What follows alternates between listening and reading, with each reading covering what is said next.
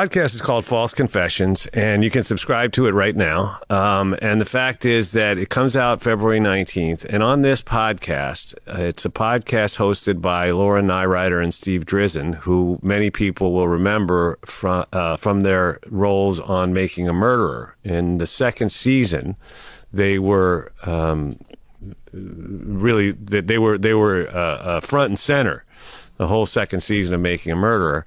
And they represented Brendan Dassey. And, of course, they won a reversal, and then the state appealed the reversal. They asked for an en banc hearing, and I think it's the Fourth Circuit Court granted it, strangely enough, and it was the reversal was reversed 4-3. And poor Brendan, who everybody knows is innocent, it remains in prison to this day. He's been in prison now. I mean, he was arrested when he was, 16 or something? I think he's been in prison almost as long as he was alive before he was in prison. And there's very, his prospects are grim. I mean, without some legal miracle, and he does have a fantastic team led by the Center for Wrongful Convictions at Northwestern. But the Supreme Court refused to hear his case, and we're really hoping that the governor will see clear to granting him clemency. The governor is a guy who comes from a background in special education. Obviously, Brendan was a special education student and was in no way involved in this crime, didn't have any knowledge of it. There was never any evidence that he did. And he was sort of collateral damage in my view, and it's a tragedy. I visited him in prison in Wisconsin, and he's just a kid trapped in a very, very adult nightmare, and it breaks my heart. And I really do hope that this governor will do the right thing and send him home. Well, I can't say everything that you just said. You said he had nothing to do with it, wasn't there, didn't this, didn't that. You know more about the case than I do if you're able to say that. I can't say that. What I can say is he has never had a fair trial. There's a false confession.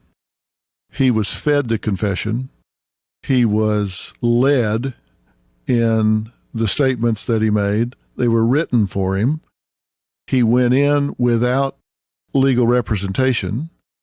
In fact, I believe his lawyer walked him in there and said, "Here, talk to them. I'm going home. Bye." He's a minor without a parent. It's a false confession, and he's never had a fair trial.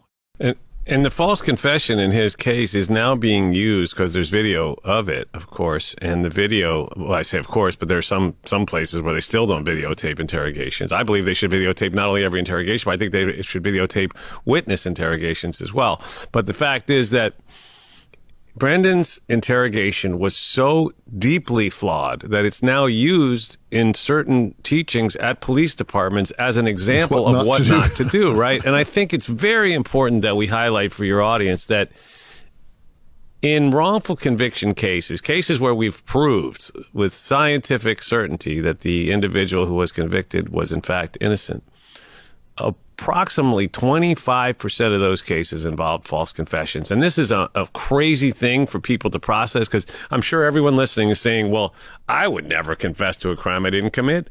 That's crazy. I'm not stupid. I would never do that. But we know that everybody has a breaking point. And on this podcast, False Confessions, you'll hear each week another case of false confession with actual audio footage from the interrogations themselves that will blow your mind. And these lawyers, Laura and Steve, are so brilliant in the way that they present it. And I'm really honored to be a part of helping to distribute and promote their podcast under the Wrongful Conviction banner. But it's called False Confessions.